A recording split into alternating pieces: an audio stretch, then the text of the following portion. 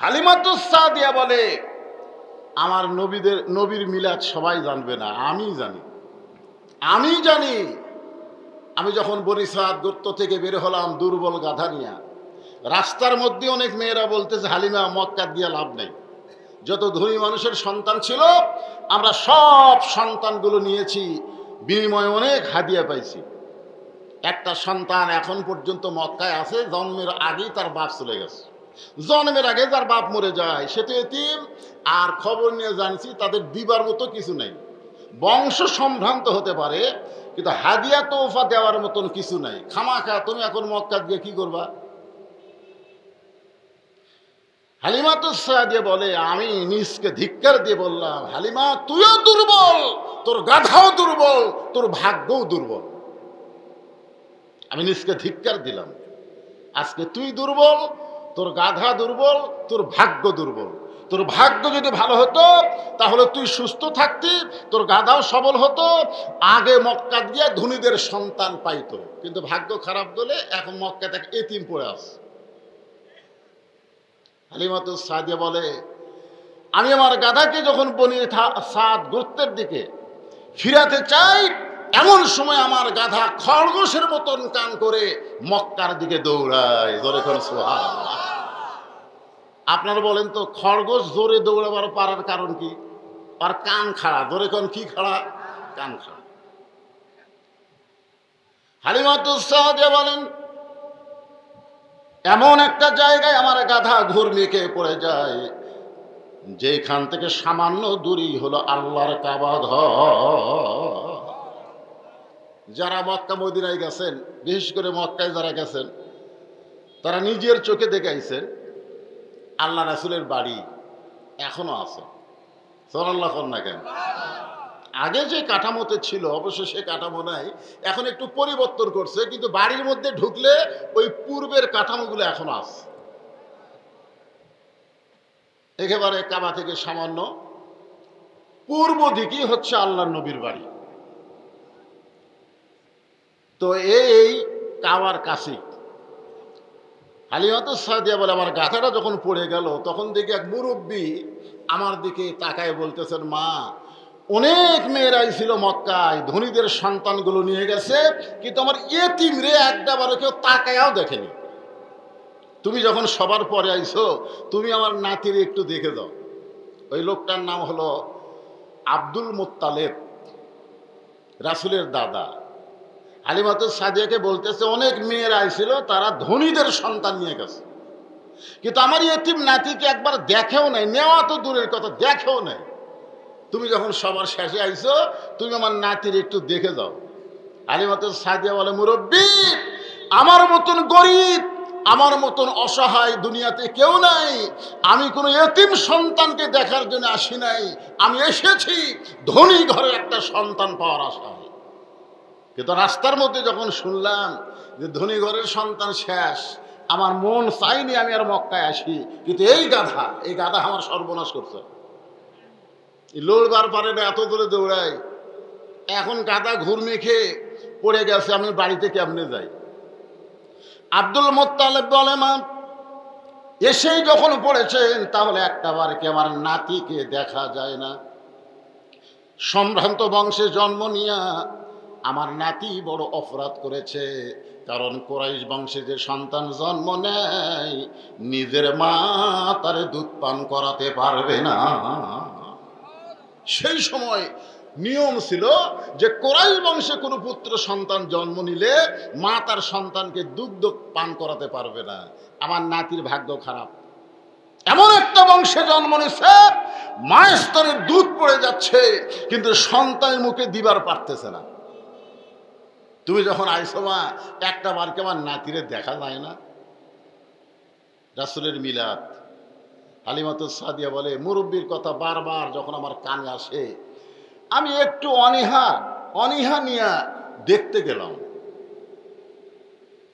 আমি দরজা খুলে ভিতরে তাকায় দেখি ঘরের কোনায় শিরা মাদুরে একটা সন্তান ঘুম পাড়তেছে।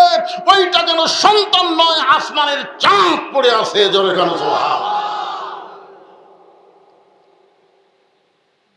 এত সুন্দর মানুষের সন্তান হয়।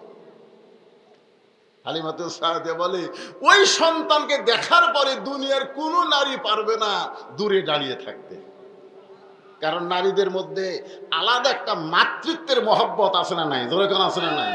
দেখবেন একটা সন্তান কানলে মরদ মানুষ যাওয়ার আগে মেয়ে মানুষ কিন্তু আগে যাবে। হালিমাতুস সাদিয়া বলেন, সিরা মাদুরে বিছানায় এমন একটা ফুটফুটে সন্তান দেখে আমি আর দেরি করতে পারলাম না। আমি এক দৌড়ে গিয়ে ওই সন্তানকে বুকে নেওয়ার সঙ্গে সঙ্গে আল্লাহর শপথ করে বলতেছি, ওই সন্তানের দেহের পরশে আল্লাহ আমার দেহের সমস্ত দুর্বলতা দূর করে দিয়েছে।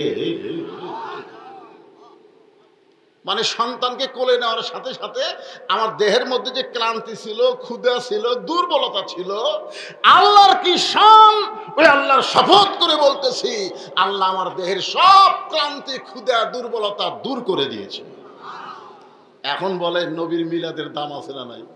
জোরে করে আছে না নাই? হালিমাতুস সাদিয়া বলে, আমি সন্তানকে বুকের সঙ্গে যখন জাপটে ধরেছি, এমন সময় সন্তানের মা আমিন আমাকে ডাক দে, বলে, বুবু, আমার এতিমকে তুমি যখন কোলে তুলে নিয়েছো তখনই বুঝতে পেরেছি তুমি সাধারণভাবে কোলে তুলে নাও নাই, তুমি মাতৃত্বের মহব্বত দিয়ে তাকে বুকে ধারণ করেছো। তুমি কি আমার সন্তানকে নিবে? আমি কিন্তু তোমাকে বিনিময়ে কিছুই দিবার পারবো না, কারণ এই জন্মের আগে ওর বাপ মারা গেছে। হালিমাতুস সাদিয়া বলে, আমিনা, যে রত্ন বুকের মধ্যে একবার ধারণ করেছি, একবার চেপে ধরেছি, গোটা দুনিয়া ছাড়তে পারবো, কিন্তু এই রত্নকে আর মাটিতে নামাতে পারবো না। হালিমাতুস সাদিয়া বলে, দুনিয়ার কোনো প্রতিদান নয়, সন্তানের মহব্বত করি যাই নিয়ে আমি যখন বাইরে আসলাম গাধার কাছে, গাধা দিকে মাটির সঙ্গে মুখ লাগায় দু চোখ দিয়ে দর দর করে পানি ছাড়তেছে। আমি গাধার কাছে দাঁড়িয়ে বললাম, গাধারে, আসলে তুই গাধা না, গাধা হলাম আমি, গাধা তুই না। রাস্তার মাঝখান থেকে যখন ফেরত যাওয়ার চাইছিলাম, তুই গাধা যদি আমার কথা মতো ফেরত যাইতি তাহলে এই রত্নকে আমি কোলে নেবার পারতাম না, কিন্তু আমি যখন ফেরত যাবার চাই তুই গাধা খরদেশের মতন কান করে মক্কার দিকে কেন দৌড়ে আস।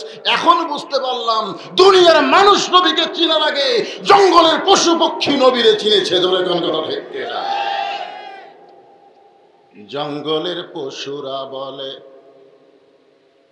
দরিয়ার মাছেরা বলে, আজ হয় মোদের খুশির দিন, বিশ্বজাহানে আসিয়াছেন রাহমাতুল লিল আলামিন। জঙ্গলের পশুরা বলে, কপাল মোদের উজালা, এ দুনিয়াতে আসিয়াছেন মোহাম্মদ কামলিওয়ালা।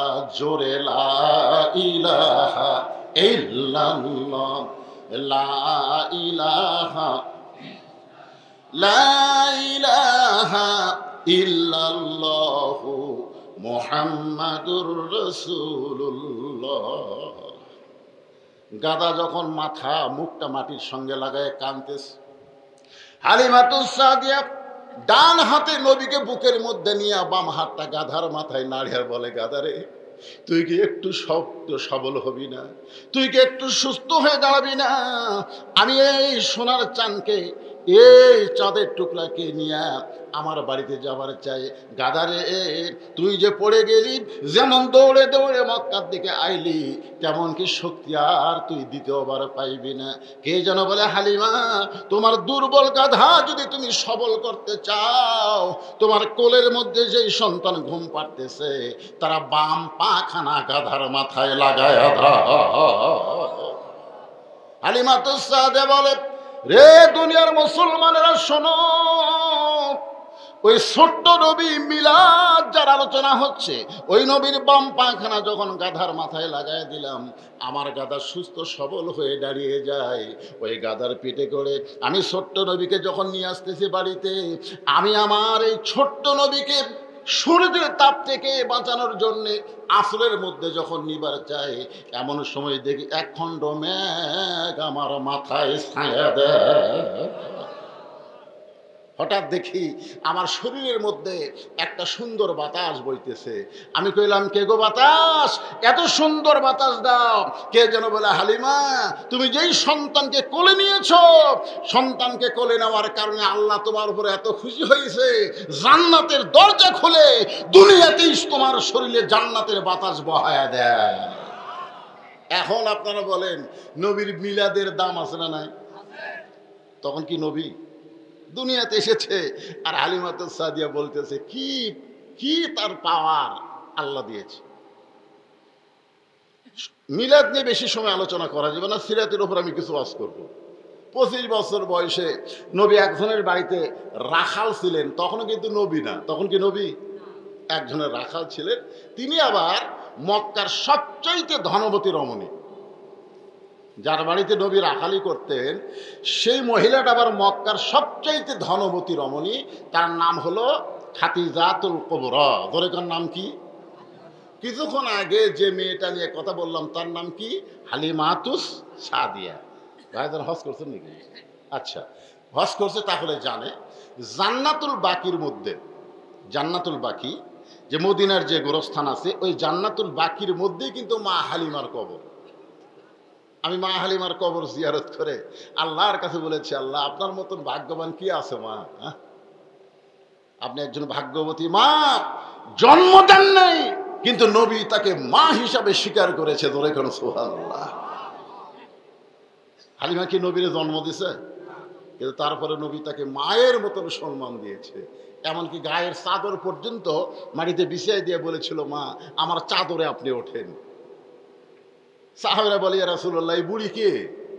হ্যাঁ, যা জুতার পরশে আল্লাহর আরো ধন্য হয়ে যায়, আপনি সেই নবী কার জন্য মাটিতে চাদর বিছান? এই বুড়িটা কে? রাসূল বললেন, তোমরা চিনো না বলে তাকে বুড়ি বলতেছো। এই হলো আমার দুধমা হালিমাতুস সাদিয়া। সুবহানাল্লাহ। মায়ের এক ফোঁটা দুধের দাম, কাটিলে গায়েরই চাম, পায়ের জুতা বানাইলো ঋণের শোধ হবে না, এমন দরদি হবে কেউ হবে না আমার মা, মা গো। আল্লাহ আমাকে মা খাদিজার কবর জিয়ারত করার তৌফিক দিয়েছেন। হালিমাতুস সাদিয়ার কবর হলো মদিনায়, আর খাদিজার কবর হলো মক্কায়। জোরে বলেন কোথায়? তো এখন খাদিজাতুল কুবরা যখন নবী খাদিজার বাড়িতে রাখালি চাকরি করে, এমন সময় মা খাদিজা দেখেন যে দুপুর বেলায় শত শত রাখাল ঘরের মধ্যে আরাম করতেছে। খাদিজা চিন্তা করে, আমার হাজার হাজার উটদুম্বা মাঠে ময়দানে, আর রাখালগুলো সব দুপুর বেলায় ঘরের মধ্যে আরাম করে, এদের এত সাহস দিল কে? রাখালেদের সর্দার, তাকে মা খাদিজা ডাক দিয়ে বললেন, রাখাল, হ্যাঁ, তোমার অধীনে শত শত রাখাল দুপুর বেলায় ঘরের মধ্যে আরাম করো, তাহলে হাজার হাজার উটদুম্বার খবর কি? রাখালের সর্দার বলে, মালকিন, আপনি জানেন না, আপনি জানেন না, ভাগ্য গুণে আমরা এমন একটা রাখাল পাইছি। সুবহানাল্লাহ বলেন। তখন কিন্তু নবী না, তখন হচ্ছে রাখাল। ধরে বলেন তখন কি? রাখালের সর্দার বলতেছে, ভাগ্য গুণে আমরা এমন একটা রাখাল পাইছি যে রাখাল চাকরিতে জয়েন করার পরে আপনার উট দুম্বাগুলো সব ভদ্র হয়ে গেছে। আর এত রাখাল লাগে না, এক রাখালের ইশারায় উটদম্বাগুলো খায়, এক রাখালের ইশারায় উটদম্বাগুলো খাওয়া বন্ধ করে দেয়, এক রাখালের ইশারায় সমস্ত উটদম্বা বাড়ির দিকে রওনা দেয়। জোরে কোন সুবহানাল্লাহ। খাদিজা বলতেছে, রাখালের সর্দার, এই গাঁজাখুরি গল্প আমাকে শোনাচ্ছে। পশু কোনোদিন মানুষের বাধ্য হয় না, উটদুম্বা হলো জন্তু জানোয়ার, একটা রাখাল মানুষের বাধ্য কোনোদিন হতে পারে না। রাখালের সর্দার বলে, বিশ্বাস যদি না হয় তাহলে আপনি তদন্ত করে দেখতে পারে আসলে পশু মানুষের কথা মতো চলে কিনা। এটা যদি বিশ্বাস না হয় আপনি তদন্ত করতে পারেন। কি করতে পারেন? কাকে বলতেছে? না, খাদিজাকে বলতেছে, আপনি তাহলে তদন্ত করেন। মা খাদিজা তদন্ত করতে গিয়া ওই হালিমাতুস সাদিয়ার মতোই দেখতে পেলেন। জোরে কান সুবহানাল্লাহ। রাখাল দাঁড়ায় আছে, মাথার উপরে রোদ নেই, একখণ্ড মেঘ এসে রাখালের মাথার উপর। রাখাল যেই দিকে যায় মেঘটাও সেই দিকে যায়, রাখাল যখন বসে মেঘটাও নিচের দিকে চলে আসে। খাদিজা বলে, এটা মানুষ মেঘজার বাধ্য। আমি আর একটু নিকটে যাই। খাদিজা বলতেছেন সামান্য নিকটে গেলে একটা বাতাস আমার নাকের ভিতরে, এই বাতাস না, যেন জান্নাতের মিশকাম্বরের সুগন্ধ আসতেছে। আমি আশ্চর্য হয়ে গেলাম, এই যে বড় চুল, ধাকড়া চুল, লম্বা কান, এই ছেলেটা কেমন, রাখালটা কেমন। আর একটু কাছে গিয়ে তাকাই দেখি, ওরে বাবা রে, 4 সূর্য গ্রহ তারা, তারি নূরের ইশারা, ধরে বলেন সুবহানাল্লাহ। নবী মোর পরশমণি, নবী মোর সোনার খনি, নবী নাম ভাবে যেজন, সেই তো দোজাহানের ধনী। খাদিজা বলতেছে এত সুন্দর কোনদিন মানুষ হয়? ওই রাখালকে দেখার সঙ্গে সঙ্গে আমি যে 40 বছরের বিধবা, আমি যে 40 বছরের বিধবা, এই কথা আমার মনে নাই। নতুন করে বিবাহের স্বপ্ন আমার কলিজায়। সুবহানাল্লাহ। আসলে মা খাদিজা তখন কি ছিলেন? বিধবা ছিলেন। জোরে বলেন কি ছিলেন? বয়স কত? 40 বছর। রাখালক দেখার সাথে সাথে সে যে বিধবা মনে নেই, দেখার সাথে সাথে তার কলিজার মধ্যে বিবাহের বাসনা, ওই রাখালকে আমার স্বামী বানাতেই চাই। খবর নিয়ে দেখে রাখালের কেউ নেই। রাখালের কি? শিশুকালে মইরা গেছে মা, গর্বে থাকতে মরছে পিতা, নবী চোখে দেখলেন না। এই গান গাইলে কি গুনাহ হবে? এটা কি বাবার গান? এটা কি গাঁজার গান? তাহলে সকলে বলেন, শিশুকালে মইরা গেছে মা, গর্বে থাকতে মরছে পিতা, নবী চোখে দেখলেন না। কে করিবে লালন পালন, কে করিবে লালন পালন, কে দিবে সান্ত্বনা? এই দুনিয়ার বড় এতিম নবী ছিলেন একজনা। আলাম ইয়াজিদিকা ইয়াতীমান ফাআওয়া। একজন ছিল রাখালের আপনজন, তার নাম হলো আবু তালেব। আবু তালেব নবীকে লালন পালন করেছে।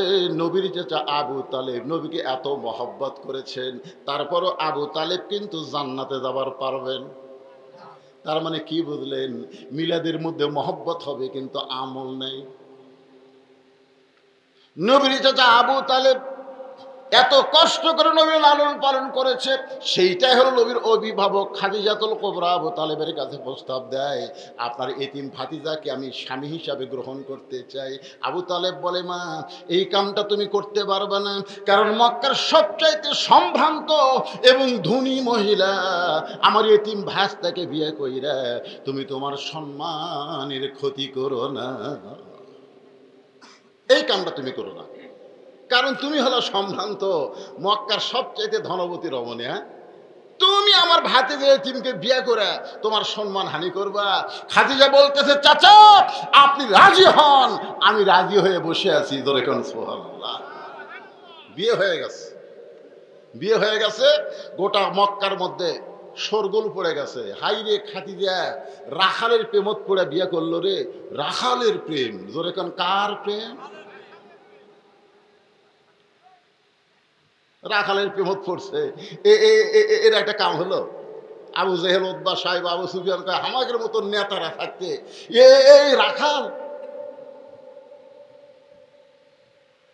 2-1 নেতা বলতেছে আবু তালেব মনে হয় করণী করছে। নাউজুবিল্লাহ। করণী বোঝেন? করণী জাদু করছে। বাস্তারে রাখালের চাকরি দিয়ে সম্পদ খাওয়ার জন্য এই অকাম করছে। আবু তালেব যখনই যায় তখন সবাই বলে, কি করছো গো, কি তাবিজ করছো যে দুনিয়ার সবচাইতে ধনবতী রমণীকে তোমার ভাস্তার বউ বানাইলা, আর তো তোমাকে কোনো টেনশন নেই। আসলে কি আবু তালেব করণী করছে? যখন করছে। কিন্তু মক্কার ওই তেলতেলা নেতারা যখন এরকম অন্যায়ভাবে তাকে দোষ দেয়, একদিন খাদিজার কাছে এসে বললেন, মা বিয়ে করলে তুমি আর গাল খাই আমি তো নিষেধ করছিলাম যে আমার এতিম ভাতিজারে বিয়ে করো না। মক্কার সবচেয়ে ধনী সম্ভ্রান্ত তুমি, আমার এতিম ভাস্তারে বিয়ে করার পরে তুমি তো মজাই মারতেছ, কিন্তু মাঝখানে গাল খাচ্ছি আমি।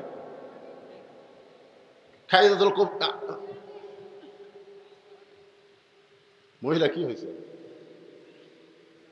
আপনারা কি ওটা বসা করতেছেন নাকি?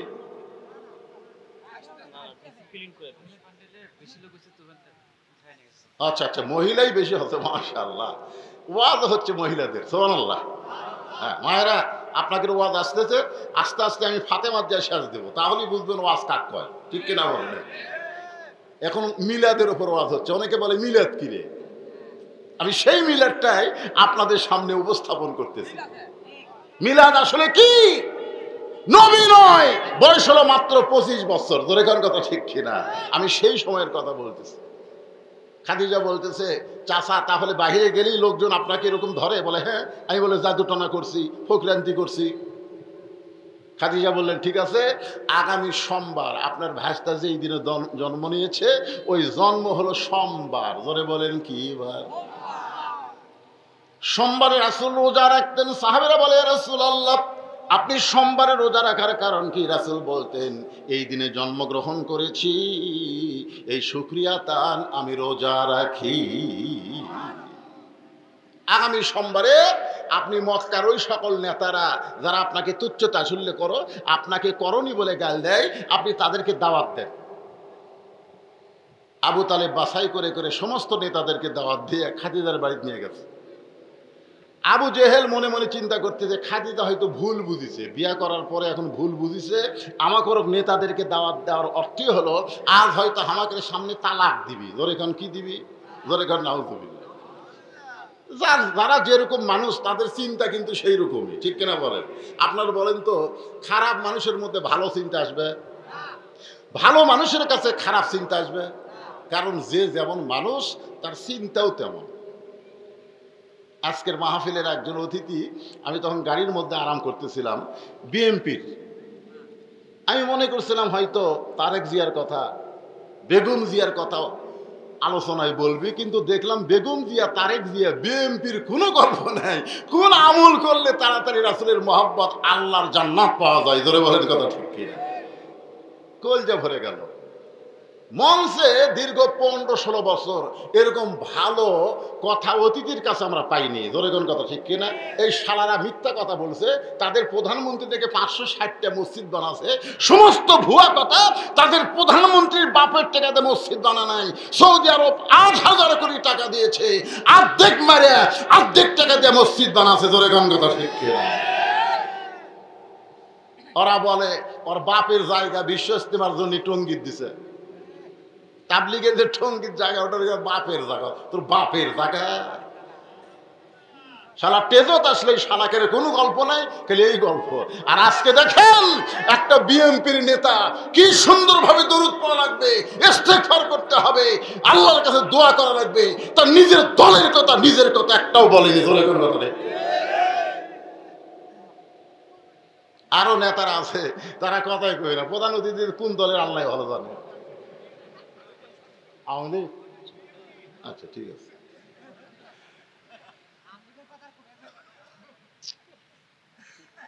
কি রে পিছনে তারা বসে আছে? বাজান, আমার কথা কি ঠিক মতো শোনা যায়? সমস্ত নেতারা মনে মনে চিন্তা করে হয়তো খাদিজা ভুল বুঝে আজকে আমাদের সামনে তার স্বামীকে তালাক দিবে। নাউজুবিল্লাহ। সবাই যখন এসে বসেছে, এমন সময় খাদিজা বলতেছে, নেতারা আমি আপনাদেরকে আজকে দাওয়াত দিয়েছি, অনেক ভালো ভালো আপনাদের জন্য হাদিয়া এবং খাওয়া দাওয়ার ব্যবস্থা করছি। নেতারা বলতেছে, আমরা জানি আপনি মক্কার সবচেয়ে ধনমতী রমণী, আপনার দাওয়াতে আসলে হাদিয়ারও অভাব নাই, খাওয়ারও তো কোনো টেনশন নেই। তো আমাদেরকে দাওয়াত দেওয়ার কারণ কি? খাদিজা বলতেছে, সেই কারণটাই তো বলার জন্যে। আগে খাবেন না আগে শুনবেন? আবু জেহেল বলতেছে আগে শুনবার চাই, মনে করতেছে উল্টা। খাদিজা বলতেছে, আপনারা নাকি বলেন যে আমি আব্দুল্লাহর এতিম পোলাকে বিয়ে করার কারণে আবু তালেব করনি করছে, আমার এই জাদুটনা করে ঠকায় দিছে, আমি নাকি আব্দুল এতিম পোলাকে বিয়ে করে ঠকছি। আবু জেহেল বলতেছে 100 বার ঠকছেন, 1000 বার ঠকছেন। খাদিজা বলতেছে তাহলে আমি 3টা প্রশ্ন করব, আপনারা উত্তর দেন। 1 নম্বর প্রশ্ন হলো, আপনার চিন্তা ভাবনা করে দেখেন তো, যে আব্দুল্লাহ এতিম পোলাকে বিয়ে করে আমি ঠকলাম, আমাকে জাদুটনা করে বিয়ে দিল তার চাচা আবু তালেব। আপনাদেরকে আমি 3টা প্রশ্ন করব, তার মধ্যে 1 নম্বর প্রশ্ন হলো, আপনার সত্যি করে অন্তর থেকে বলবেন আব্দুল্লাহ এতিম পোলার বংশের দাম বেশি না আমার বংশের দাম বেশি? সমস্ত নেতারা বলতেছে মা, আব্দুল্লাহ এতিম পোলা গরিব হতে পারে, কিন্তু বংশের দিক দিয়ে তোমার বংশের চাইতে তার বংশের দাম বেশি। খাদিজা বললেন তাহলে বলেন আমি ঠকলাম। একটা দুর্বল বংশের মেয়ে একটা ভালো বংশের ছেলেকে স্বামী হিসাবে আমি গ্রহণ করলাম, এই জায়গায় তো আমি জিতে গেছি, আর আপনারা নাকি বলেন আমাকে ঠকানো হয়েছে। আমার 2 নম্বর প্রশ্ন হলো, আব্দুল্লাহ এতিম পোলার চেহারা সুন্দর নামে খাদিজার চেহারা সুন্দর। এবার আবু তালেবকে বললেন চাচা আপনার ভাস্তাকে এখন নিয়ে আসেন। মক্কার সমস্ত নেতাদের সামনে 25 বছর বয়সের যুবক যিনি খাদিজার বাড়িতে রাখাল ছিলেন তাকে খাদিজার পাশে বসায় দিয়ে বললেন, এখন আপনারা তাকায় দেখেন আমার চেহারা ভালো না আব্দুল্লাহ এতিম পোলার চেহারা ভালো? সমস্ত নেতারা খাদিজার দিকে তাকাইছে, কিছুক্ষণ পরে চক্ষু ফিরাইয়া যখন আল্লাহর নবীর দিকে তাকায়, ওই যে তাকাইছে আর নজর ফিরাবার পারতেছে না। সূর্য গ্রহ তারা তারি নূরের ইশারা, নইলে যে অন্ধকারে ডুবিত এই ধরনী। সবাই বলেন নবী মোর পরশমণি, নবী মোর সোনার খনি, নবী নাম ভাবে যে জন সেই তো দোজাহানের ধনী। 1 ঘন্টা হয়ে যায় খালি নবীর মুখের দিকে তাকে আছে। খাদিজা বলতেছে কি হলো, আব্দুল্লাহ এতিম পোলা কেমন? আবু জেহেল বলতেছে খাদিজা তুমি আর কি, তোমার দিকে চোখ দিয়া সঙ্গে সঙ্গে আমরা চোখ মাটির দিকে করেছি, আর তোমার পাশে যে বসে আছে এমন সুন্দর, গোটা পৃথিবীর সমস্ত সৌন্দর্য যদি এক পাল্লায় দেওয়া হয় আর আব্দুল্লাহ এতিম পোলার চেহারা যদি অন্য পাল্লায় দেওয়া হয়, দুনিয়ার সবকিছু চাইতে আব্দুল্লাহ এতিম পোলা বেশি সুন্দর হবে।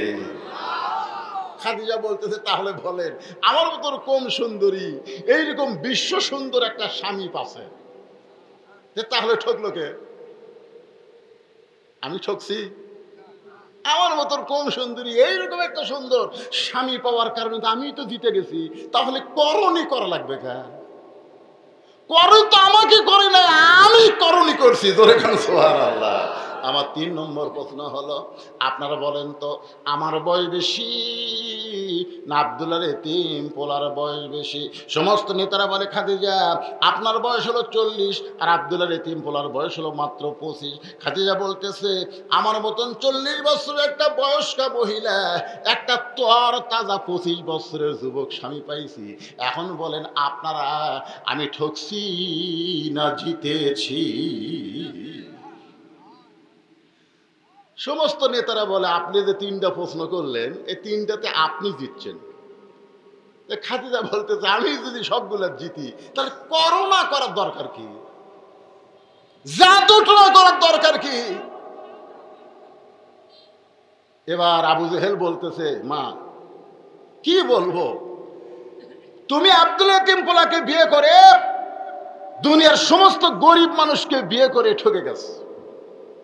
জন্মের আগে যার বাপ মারা গেছে, 6 বছর বয়সে মা মারা গেছে, এমন একটা গরিব ছেলেকে বিয়ে করছো। খাদিজা বলতেছে এটাই যদি তোমাকে চিন্তা ভাবনা হয়, এই মুহূর্তে আমার যত সম্পদ আছে আমি সব আব্দুল্লাহ এতিম পোলাকে দিয়ে দিলাম।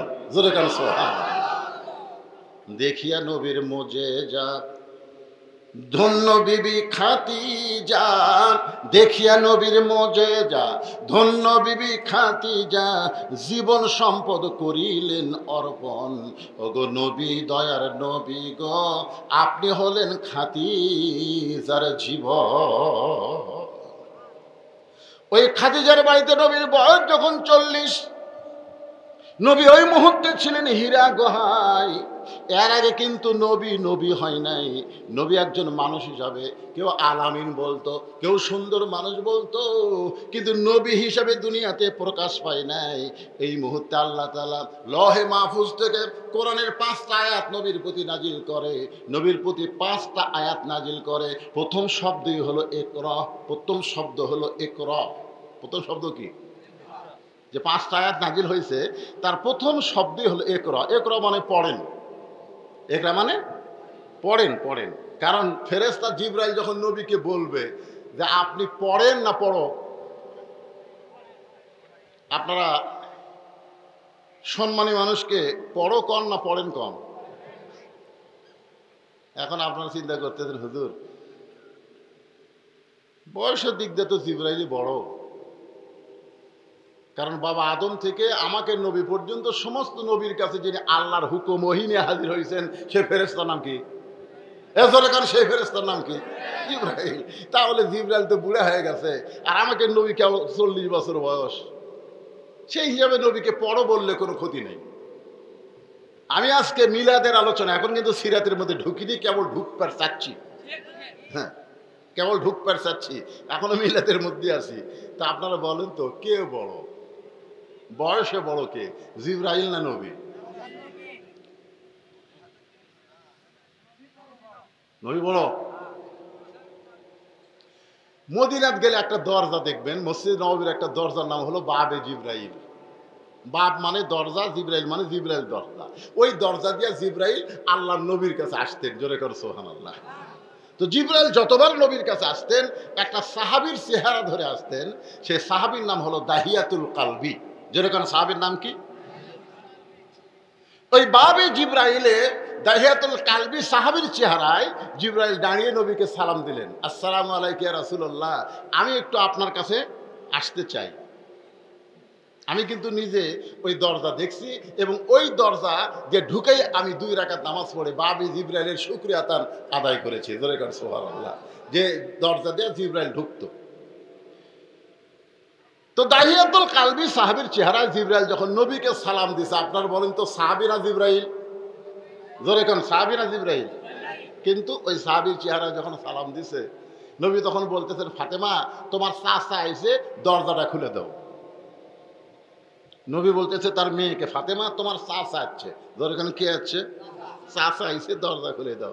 জিবরাইল একটু চমকে উঠছে। চাচা হচ্ছে বাপের ছোট ভাই। জোরে কোন কথা ঠিক কিনা?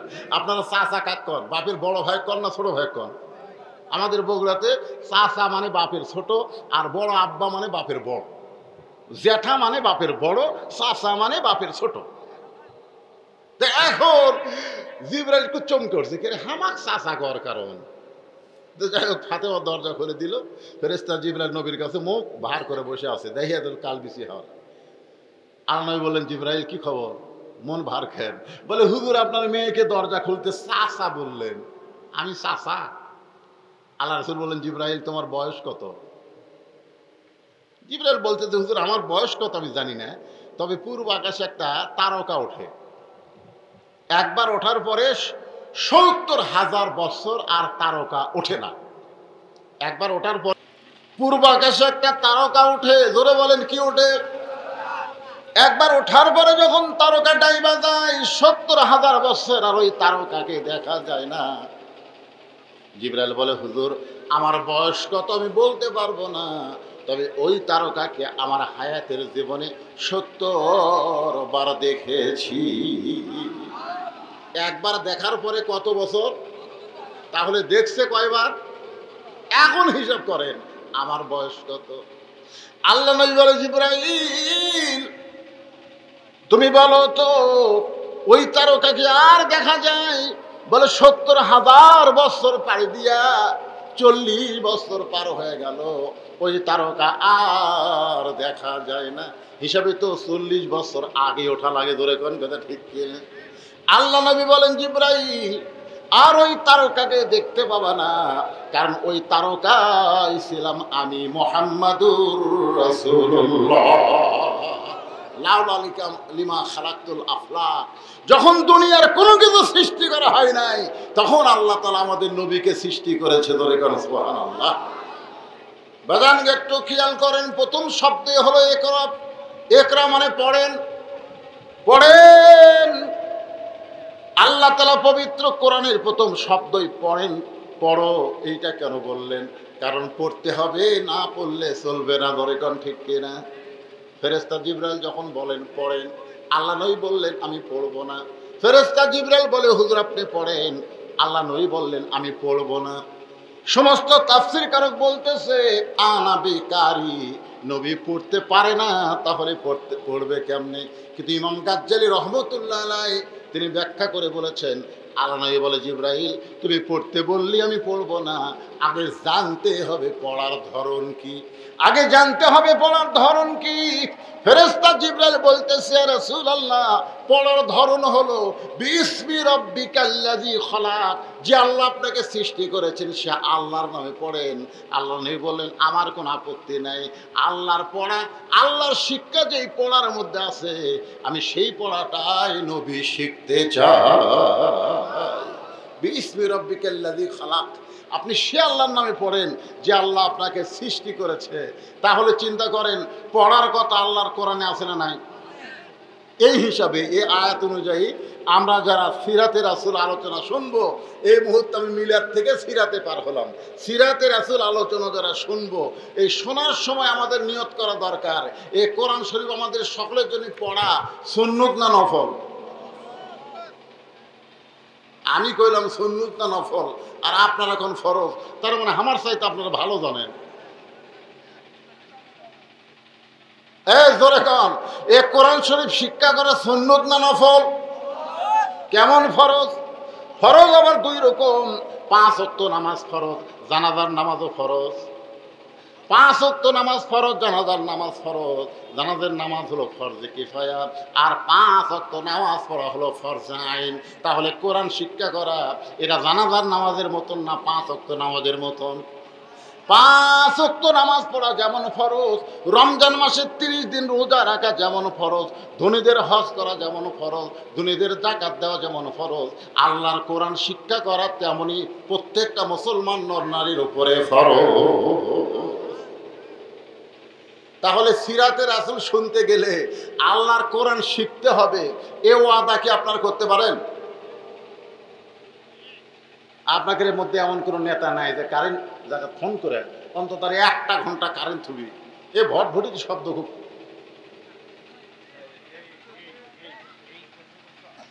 হ্যাঁ দেখেন তো, একটু ফোন টোন করে দেখেন তো। না আসলে সেই মাগরিবের পর পরে আমি আইছি, বুঝলেন, এশার অনেক আগে, এ পর্যন্ত কারেন্ট যায়নি, গেছে। এই রাত্রে আপনারা যারা ওয়াজ শুনতেছেন তারা না হয় চেতন আছেন, কিন্তু যারা ফ্যানের মধ্যে ঘুমাচ্ছে ভাই, এই সময় কারেন্ট যাওয়াতে তারকে যে কি বিপদ শুরু হতে ধরে কারণ তা ঠিক না। ঘুম তো ভাঙছি, শরীর খালি সিটবিট করতেছে। এটা একটা কারেন্ট যাওয়ার টাইম হলো?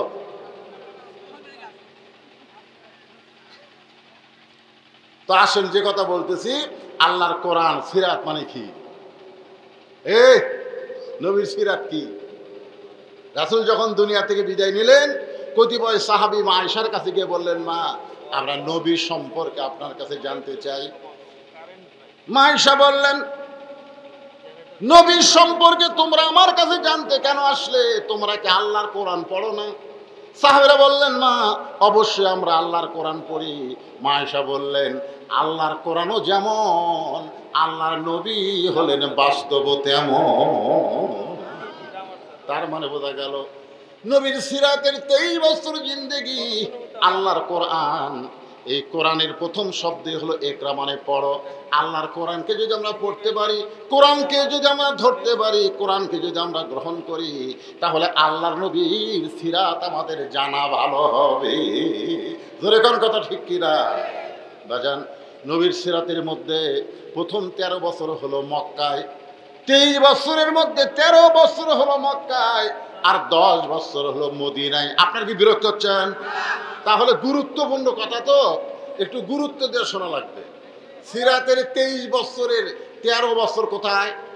মক্কায়। 13 বছর হলো মক্কায়, আর 10 বছর হলো মদিনায়। এই 13 বছরের প্রথম 2 বছর নবী তার নবুয়তকে গোপন রাখলেন। নবী যে নবী হয়েছেন এরা প্রথম 2 বছর গোপন রাখলেন, গোপনে কলেমার দাওয়াত দিলেন। আল্লাহ রাসূল, আল্লাহ বলেন, ইয়া রাসূলুল্লাহ, গোপনে শুধু দাওয়াত দিলে হবে না, প্রকাশ্যে আপনি যে আল্লাহর নবী এটা প্রকাশ করতে হবে। আল্লাহ রাসূল বললেন, কার কাছে প্রকাশ করব? বলে, আপনারা আপনজনের কাছে আগে প্রকাশ করেন। সর্বপ্রথম আমাদের নবীকে যিনি বিশ্ব নবী হিসেবে স্বীকার করেছেন তার নাম হলো খাদিজাতুল কুবরা। বলে কারণ সুবহানাল্লাহ। আল্লাহ রাসূল বলেন, আমার মতন সৌভাগ্যবান কেউ নাই যে আমি স্বামী আমাকে নবী স্বীকার করা। এটা কিন্তু সবার জন্য সহজ হলেও বইয়ের জন্য কিন্তু সহজ না। বউ সর্বপ্রথম আমাদের নবীকে নবী বলে স্বীকার করেছে নবীর বউ। যেরকম কে, এদের আজকে প্রায় 40 বছর হলে, 40 বছর হলে আমি ওয়াজ করতেছি, এখন পর্যন্ত আমার বউ আমাকে হুজুরই কয় না। আমি বহুদিন বউকে বলেছিলাম, দুনিয়ার অনেক মানুষ আমাকে হুজুর কয় গো, তুমি একটু আমাকে হুজুর করে ডাকো তো, কেমন লাগে? বইয়ের মুখে হুজুর শুনতে কেমন লাগে, একটু হুজুর হুজুর কত। আর বউ খালি মুসকি মুসকি হাসে। মানে হাসো কেন? বলে, জনগণ আপনাকে চিনে না তাই হুজুর কয়, কিন্তু আমি আপনাকে চিনি, আপনি মালটা কি, হুজুর হওয়া এত সহজ নয়। 40 বছর ওয়াজের পরেও নিজের বইয়ের কাছে আমরা হুজুর হওয়ার পারি নাই। আর সর্বপ্রথম নবী বলে যিনি স্বীকার করেছেন তিনি আর অন্য কোনো মানুষ না, তিনি হলেন নবীর বিবি। জোরে বলেন কথা ঠিক কি না?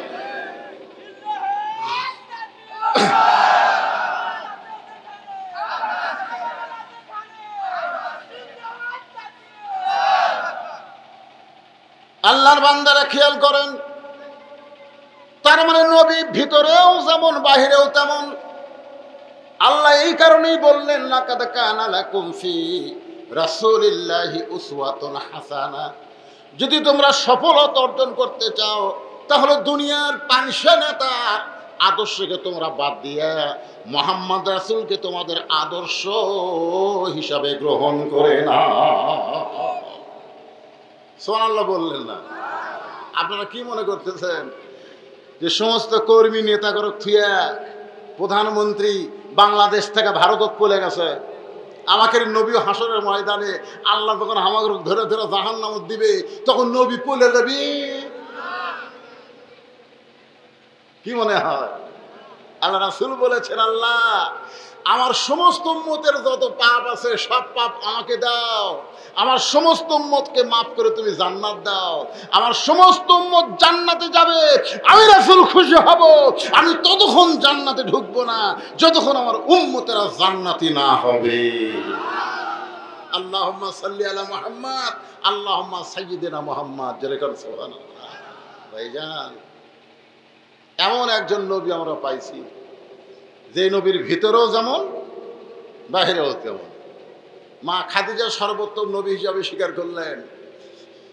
আব্বা আব্বা করে ডাকে ফাতেমা, তাই মনে হয় নবী বলে স্বীকার করেনি?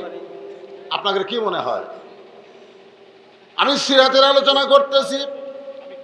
মা খাদিজা ঈমান গ্রহণ করলেন। পুরুষের মধ্যে সর্বোত্তম ঈমান গ্রহণ করলেন আবু বকর, আর ছোট বাচ্চাদের মধ্যে সর্বোত্তম ঈমান গ্রহণ করলেন হযরত আলী। মেয়েদের মধ্যে সর্বোত্তম যিনি ঈমান গ্রহণ করছে তার নাম কি? খাদিজাতুল কুবরা। যেরকম তার নাম কি? আর পুরুষদের মধ্যে যিনি সর্বোত্তম ঈমান গ্রহণ করছে তার নাম হলো আবু বকর, বয়স্ক। আর ছোট বাচ্চার মধ্যে যে ঈমান গ্রহণ করছে তার নাম হলো হযরত আলী। একটু খেয়াল করবেন, নিজের পরিধির মধ্যে কলেমার দাওয়াত দিলেন, আপনজনেরা গ্রহণ করলেন, আবার অনেকের কাছে কলেমার দাওয়াত দিলেন, তারা গ্রহণ করলো না। এরপর আল্লাহর নবী প্রকাশ্যে কলেমার দাওয়াত দেওয়া যখন শুরু করলেন তখন নির্যাতন শুরু হয়ে গেল। এমনকি যারা ঈমান গ্রহণ করেছে তাদের মধ্যে অনেকে গরিব ছিল। এই গরিবের মধ্যে ছিল একটা মহিলা, তার নাম হলো সুমাইয়া, একটা পুরুষ, তার নাম হলো ইয়াসার। ওই সুমাইয়া আর ইয়াসারের একটা সন্তান ছিল, তার নাম হলো আম্মার। এই তিনজনকে ঈমান গ্রহণ করার অপরাধে এত নির্যাতন করেছে, মাকে হত্যা করেছে, বাবাকে হত্যা করেছে, ছেলের সামনে, যে ছেলের সামনে সুমাইকে হত্যা করেছে, বাবা ইয়াসারকে হত্যা করেছে। আবু জেহেল বলতেছে, আম্মার একটা বার বল আল্লাহ নবী মানি না, আল্লাহ নবী মানি না। তোর মাকে হত্যা করা হয়েছে, তোর বাবাকে হত্যা করা হয়েছে, কিন্তু আমরা তোকে হত্যা না করে ছেড়ে দিব। আম্মার চিৎকার করে বলে, রে মক্কার কাফেররা শোনো, নবীর সোনার চেহারা কেউ যখন দেখে, নবীর কলেমা গ্রহণ করে, তার পক্ষে জীবন দেওয়া সহজ হবে, কিন্তু ঈমান ত্যাগ করা বড় কঠিন হবে। 13 বছরে কলেমার দাওয়াত দিতে দিতে মাত্র 320 জন, কয়জন? 320 জন 13 বছরে। তার মধ্যে 17 জনকে কাফেররা পিটাই মারিছে। তার 13 বছর আবাদ করা ফসল কি? 320 জন, 17 জনকে হত্যা করছে, আর থাকলো কয়জন? 303 জন। এই 303 জন নিয়ে 13 বছরের জীবন শেষ। আল্লাহ হুকুম করলেন, হুজুর আর মক্কা থাকা যাবে না, আপনি মদিনাত হিজরত করেন। মদিনাত কি করেন? হিজরত করেন। আল্লাহ রাসূল মদিনায় হিজরত করলেন। হিজরতের পরে কয় বছর? জোরে বলেন, কয় বছর? 10 বছর। তাহলে 13 বছরে মুসলমান হলো 320 জন, আর 10 বছরে মদিনায় কি করলেন আল্লাহ নবী? একটু শুরুটা শোনেন। প্রথম আল্লাহ নবী মদিনায় এসে সর্বপ্রথম একটা ঘর বানালেন, যে ঘরের নাম হলো মসজিদে কুবা। সর্বপ্রথম মদিনায় যে মসজিদটা তৈরি করছেন আল্লাহ নবী, সে মসজিদের নাম হলো মসজিদে কুবা। যেই মসজিদের মধ্যে 2 রাকাত নামাজ পড়লে আল্লাহ খুশি হয়ে একটা উমরা হজের সওয়াব দিয়ে দেয়। আল্লাহ তাআলা নবীকে 5 ওয়াক্ত নামাজ দিলেন। সে 5 ওয়াক্ত নামাজ তো পাইছেন নবী মক্কায়, নবুয়তের 10ম বৎসরে মেরাজের রাতে। কিন্তু নবী তো মক্কাত নামাজ পাইছে, কিন্তু নামাজ তো কায়েম করতে পারেন নাই। নামাজ খালি পড়লে হবে না, নামাজ কায়েম করা লাগবে। নামাজটা কায়েম করলেন নবী মদিনায়। জোরে কান সুবহানাল্লাহ। আমাদের বাংলাদেশে কিন্তু নামাজ কায়েম নাই। আপনাদের মসজিদ আছে না নাই? এ জোরে কান আছে না নাই? তো মসজিদে কায়েম যদি থাকতো তাহলে কিন্তু সমস্ত মুসলমানকে নামাজ পড়া লাগতো। জোরে কান কথা ঠিক কিনা? আর কায়েম নাই, যার মনে চাই পড়ে, না চাই না পড়ে। হ্যাঁ, আরে যাচ্ছে, আচ্ছা দাও দাও দাও, তাহলে ভটভটিটা বন্ধ হয়। এবারে এরা আসার পর থেকে ওয়াজ করে শান্তি পাওয়া যাচ্ছে না। একটু জিকির করেন, লা ইলাহা ইল্লাল্লাহ, লা ইলাহা ইল্লাল্লাহ, লা ইল্লাল্লাহ, লা ইল্লাল্লাহ, লা ইলাহা, লা ইলাহা ইল্লাল্লাহু মুহাম্মাদুর রাসূলুল্লাহ সাল্লাল্লাহু আলাইহি ওয়াসাল্লাম। ভাইজান, সময়ের দিকে খেয়াল করে, বিশাল লম্বা নবীর 23 বছরের জিন্দেগি, প্রত্যেকটা পরতে পরতে ওয়াজ আছে, ধরে করা আছে না নাই? কিন্তু আমি মক্কার 13 বছর জিন্দেগিকে শর্টকাট করে চলে আসলাম মদিনায়। কারণ বাংলার মুসলমান এতদিন মক্কার ইসলামকে গ্রহণ করেছে, মদিনার ইসলামকে গ্রহণ করতে পারে নাই। কারণ মক্কার ইসলাম হলো নির্যাতনের ভিতর দিয়ে ইসলাম প্রচার করা, আর মদিনার ইসলাম শুধু নির্যাতন না, ওরা মারবার আলে ধরে মারবি। ধরে কোন কথা ঠিক কি না? খুব খেয়াল করবেন। এই জন্য মদিনা একটু সময় বেশি নিয়ে আপনাদেরকে বোঝানোর জন্যে আমি আলোচনা করতেছি। প্রথম এসে আল্লাহ রাসূল একটা ঘর বানালেন, মসজিদ। আবার কথা কি হয় শোনো, সর্বপ্রথম যে একটা ঘর বানালেন তার নাম দিলেন কুবা মসজিদ। কি মসজিদ? এই যে কয়দিন আগে গেছিলাম আমি, ওই মসজিদে 2 রাকাত নামাজ পড়লাম। পড়লেই একটা উমরা হজের সওয়াব আল্লাহ দান করে। ওই মসজিদের জায়গা ছিল 2 এতিম সন্তানের। আল্লাহ রাসূল বললেন, এই জায়গাটা আমার খুব পছন্দ, এই জায়গাটা কার? তো মদিনার লোকেরা বলল, হুজুর এই জায়গাটা আপনি পছন্দ করলেন, কত জায়গা আছে। না, এই জায়গায় আমার পছন্দ। এই জায়গার মালিককে?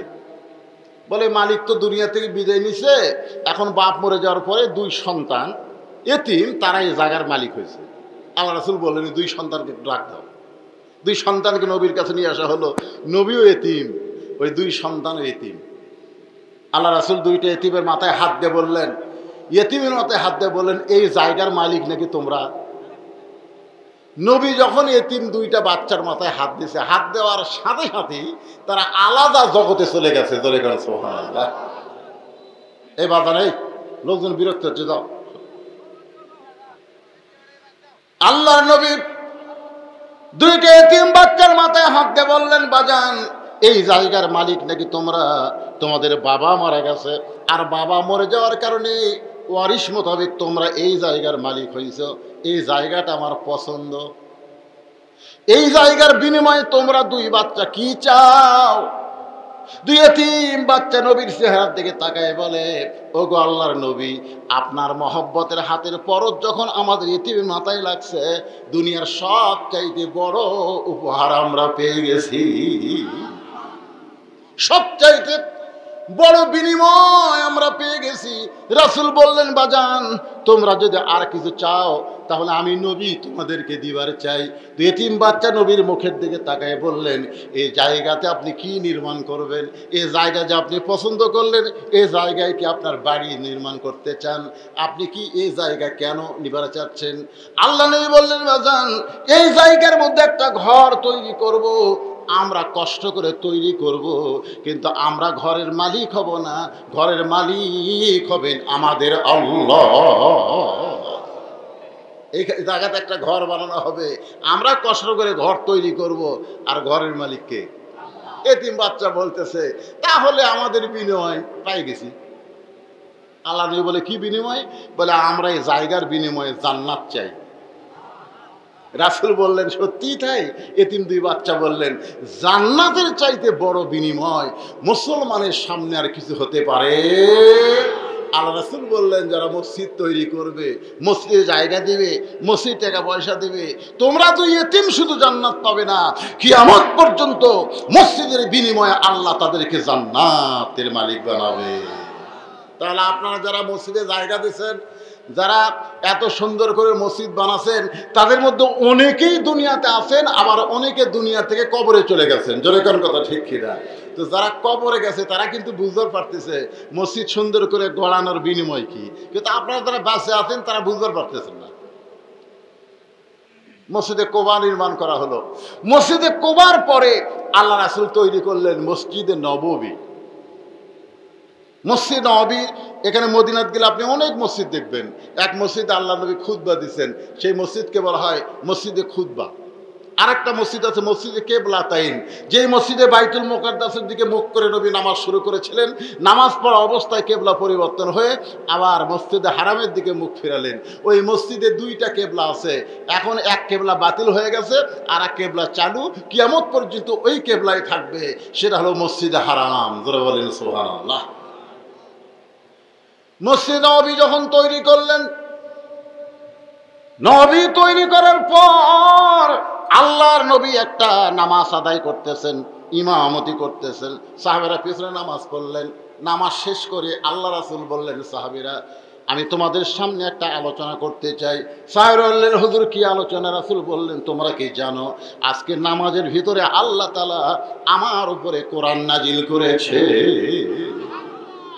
আবু বকর, উমর, ওসমান, আলী তারা বলতে, হুজুর আমরা একসময় খেয়াল করছিলাম যে আপনার গোটা দেহ থরথর করে কাঁপতেছে। আল্লাহ রাসূল বলেন, ওই সময় কোরআনের একটা আয়াত আল্লাহ আমার ওপর নাজিল করছে, আমি সে আয়াতখানা তোমাদের সামনে বলবো, তোমরা কি শুনবার চাও? সাহাবীরা বলে, হুজুর আপনি কোন কি? আল্লাহ আয়াত নাজিল করছে, সেটা আমরা শুনবো না, আপনি যা বলবেন আমরা তাই শুনবো। জোরে কোন সুবহানাল্লাহ। আপনারা বলেন তো, আল্লাহ নবী যে কথাগুলো বলেছেন, এ কথা করে কি নবীর বাপ দাদার কথা কথা? আল্লাহ কোরআনে বলেছেন, মা ইয়ান্তিকু আনিল হাওয়া ইন হুয়া ইল্লা ওয়াহয়ুন ইউহা। নবী যেগুলো কথা বলেছেন, নবী যেগুলো কাজ করেছেন, নফসের তাড়নায় পড়ে কিছুই করেনি, কিছুই বলেনি, সব বলাইছেন কে? আরো জোরে বলেন। সাহাবীরা বললেন, ইয়া রাসূলুল্লাহ, কোন আয়াত আল্লাহ আপনার উপর নাজিল করলো? আপনি না বলা পর্যন্ত আমরা উঠব না। আল্লাহ রাসূল বললেন, তাহলে শোনো, আমি যখন নামাজের ইমামতি করতেছিলাম দ্বিতীয় রাকাতের রুকু থেকে যখন আমি দাঁড়াইছি, এমন সময় ফেরেশতা জিবরাইল এসে আমাকে বলতেছে, ইয়া রাসূলুল্লাহ, ইয়া আইয়ুহান নাবিয়্যু হারজিল মুমিনিনা আলাল কিতাল, ওগো নবী, আপনার পিছনে দাঁড়ায় যারা সারিবদ্ধভাবে কাতার সোজা করেছে, যারা জামাতবদ্ধ হয়ে নামাজ পড়তেছে, আপনি শুধু তাদেরকে নামাজ পড়লে হবে না, তাদেরকে শুধু রোজা রাখলে হবে না, তাদেরকে স্ট্যান্ডিং আর্মির মতন গড়ে তুলতে হবে। ওগো আল্লাহর নবী, একদিন হয়তো মক্কার কাফেরেরা এই মদিনা আক্রমণ করতে পারে। মক্কা থেকে হিজরত করে মদিনে এসে মসজিদে কুবা নির্মাণ করলেন, মসজিদে খুতবা নির্মাণ করলেন, মসজিদে কিবলাতাইন থেকে মসজিদ নববী। আপনি কি জানেন হুজুর, যে কোনো সময় মক্কার কাফেরেরা আপনার মদিনাকে আক্রমণ করতে পারে। আর মক্কার কাফের যখন মদিনা আক্রমণ করবে, তখন দোয়া দিয়া, দরুদ দিয়া, নামাজ দিয়া আপনি মদিনা রক্ষা করতে পারবেন না। ওই মক্কার কাফেরদের বিরুদ্ধে আপনার সাহাবী মুসলমানদেরকে সৈন্য হিসাবে দাঁড়াতে হবে। এই আয়াতের কথা যখন রাসূল বললেন, তখন সমস্ত সাহাবীরা আলহামদুলিল্লাহ আলহামদুলিল্লাহ আলহামদুলিল্লাহ তাসবিহ পড়তেছে, কিন্তু একজন মাথা সেই পাগড়ি, মুকুট সেই দাড়ি, জুব্বা পরে নবীর কাছে গিয়ে বলতেছি, ইয়া রাসূলুল্লাহ, এইটা না গন্ডগোলের আয়াত। কিসের আয়াত? কথাটা খেয়াল করে শোনেন। ইয়া আইয়ুহান নাবিয়্যু হারজিল মুমিনিনা আলাল কিতাল, মক্কার কাফেররা মদিনা আক্রমণ করবে আর আমরা যায় তাদের সঙ্গে যুদ্ধ করব, এটা না গন্ডগোল? আপনার বলেন তো, ইসলামী আন্দোলন করা এটা কি গন্ডগোল? কথা কন না কেন, গন্ডগোল? এতদিন জঙ্গিবাদী বলে, আমাদেরকে মৌলবাদী বলে ওই শালারা কি বুঝাইছে? হ্যাঁ, ওরা বুঝাইছে আমরা গন্ডগোল। ওয়াজের মধ্যে একটু গ্রহণযোগ্য আন্দোলনে কোরআনের হক কথা বলতে গেলি, কুল জাল হক ওয়া যাহাকাল বাতিল ইন্নাল বাতিলা কানা যাহুকা। হুজুর যে ওয়াজ করতেছে এটা খালি রাজনীতি, গন্ডগোল। দেখেন, মাথার পাগড়ি, মুকুট দাড়ি, পরনে জুব্বা নিয়ে নবীরই সাহাবী নবীর কাছে বলতেছে, হুজুর এটা না গন্ডগোলের আয়াত। আল্লাহ রাসূল কয়, ই কে রে? ই যে আমার পাশে একদিন হলে সামনে কাতারে নামাজ পড়তেছে, এই দরবেশ কে রে? যাই নৌকা তুললে দাড়ি খাওয়ায়, আর সারা দাড়ি নিয়ে দরবেশি করছে। তোরে কোন ঠিক কিনা? এই দরবেশ কে রে? চিনতে পারছে? আইনমন্ত্রী ধরে নিয়ে যখন চলে যাচ্ছে, তখন আইনমন্ত্রী বলতেছে, আয় ও যে দাড়ি চাপা। তখন এই পুলিশেরা কয়, ওটা কে রে? হায় হায়, অ্যাক্সিডেন্ট না, এটা সালমান এফ রহমান। এই হুঁকড়া দাড়ি ফুটি গেল, কামা আছে কি? আল্লাহ রাসূলই চিন্তা পড়ে গেল, মাথার পাগড়ি, মুকুট দাড়ি, পরনে জুব্বা, আর কোরআনের আয়াতকে বলে গন্ডগোলের আয়াত। ই কে রে? কিয়ামত পর্যন্ত যারা হকের বিরুদ্ধে চারণ করবে, ইসলামী আন্দোলনকে গন্ডগোল বলবে, কোরআনের আইন চাওয়াকে রাজনীতি বলবে, এরা কে রে? তোর এখন কথা ঠিক কে? এরা কে? এমন সময় আল্লাহ তাআলা আবার আয়াত নাযিল করলেন নবীকে জানানোর জন্য। আল্লাহ বললেন, ওয়ামিনান নাসি মাইয়াকুলু আমান্না বিল্লাহি ওয়া বিল ইয়াউমিল আখিরি ওয়া মা হুম বিমুমিনিন। এরা নামাজ পড়বে, এরা রোজা করবে, এরা আল্লাহকে বিশ্বাস করবে, আখিরাতকে বিশ্বাস করবে, কিন্তু কোরআনের আইনকে, কোরআনের সংবিধানকে গ্রহণ করবে না। আল্লাহ বলতেছেন এরা মুমিনই হইতে পারে নাই, এরা হলো মুনাফিক। এরা মুমিনই না, এরা হলো মুনাফিক। তাহলে যিনি বলতেছেন এটা গন্ডগোলের আয়াত, এর নাম হলো উবাই ইবনে খালফ। নাম কি? উবাই ইবনে খালফ। সবচাইতে বড় মুনাফিক, সবচাইতে বড় মুনাফিক। একটু মনোযোগ দিয়ে শুনবেন। বদরের যুদ্ধ হয়ে গেছে,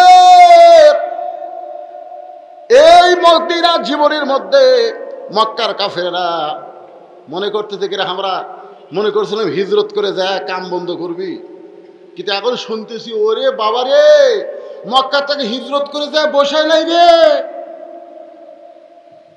এখন আবার মদিনাকে কোরআন দিয়ে রাষ্ট্র গঠন করবার চাই, এক দুনিয়ার থেকে উৎখাত করা লাগবে। আবু জেহেলের নেতৃত্বে বদরের যুদ্ধ। রাসূল বলে আল্লাহ আমাকে তরবারি নেই, ঘোড়া নেই, খাওয়া নেই। আল্লাহ বলতেছেন নাসরুম মিনাল্লাহি ওয়া ফাতহুন কারীব ওয়া বাশশিরিল মুমিনিন। ওগো নবী, আপনার কিছু না থাকলে কি হবে? মুমিনদের আমি আল্লাহ রয়েছি, ধরে কোন ঠিক কি না? বদরের যুদ্ধে রাসূল বললেন যে মক্কার কাফেররা আমাদের মদিনাকে আক্রমণ করবে, আমরা শান্তিপ্রিয়, আমরা শান্তিপ্রিয় জাতি, আমরা কারোর সঙ্গে গন্ডগোল করতে পারি না। ওরা আসতেছে আমাদেরকে মদিনা থেকে উৎখাত করার জন্যে। আল্লাহ তাআলা আমাদের উপরে জিহাদ ফরজ করেছে, তোমরা কারা কারা জিহাদের ময়দানে যাওয়ার চাও? সাহাবীদের মধ্যে হতে হতে 311 জন হয়ে গেল। কয়জন? 311 জন সাহাবীদেরকে নিয়ে নবী যখন জিহাদের ময়দানে রওনা দিবে, এমন সময় ছোট্ট 2 বাচ্চা নবীর সামনে এসে বলতেছে ইয়া রাসূলুল্লাহ, আমরাও আপনাদের সঙ্গে যাবার চাই।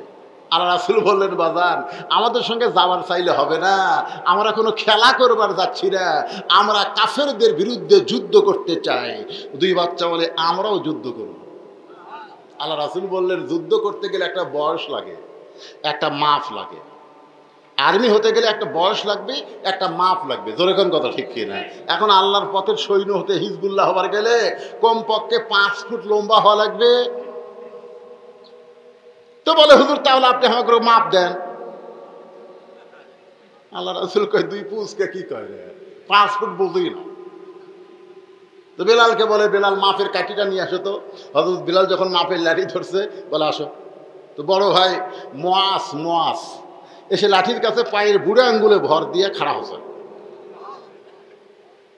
বুড়ো আঙ্গুলে ভর দিয়ে আঙ্গুলের ভর দিয়েছে, দিয়ে খাড়া হয়ে মাথা পর্যন্ত, লাঠির মাথা পর্যন্ত মাথা ঠেকাইছে। রাসূল বলতে যাই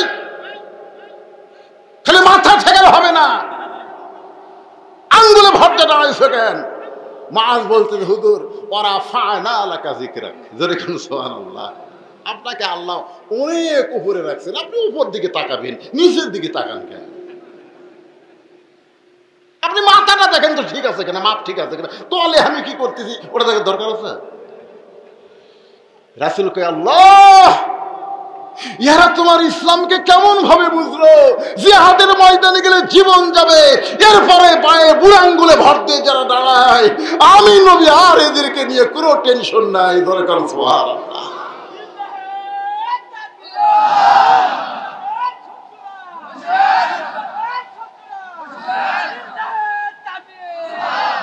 কোরআনের শত্রুরা হুঁশিয়ার হয়ে গেছে, 1 টাকা খুঁজে পাওয়া যাচ্ছে না। জোরে করে কথা ঠিক কিনা?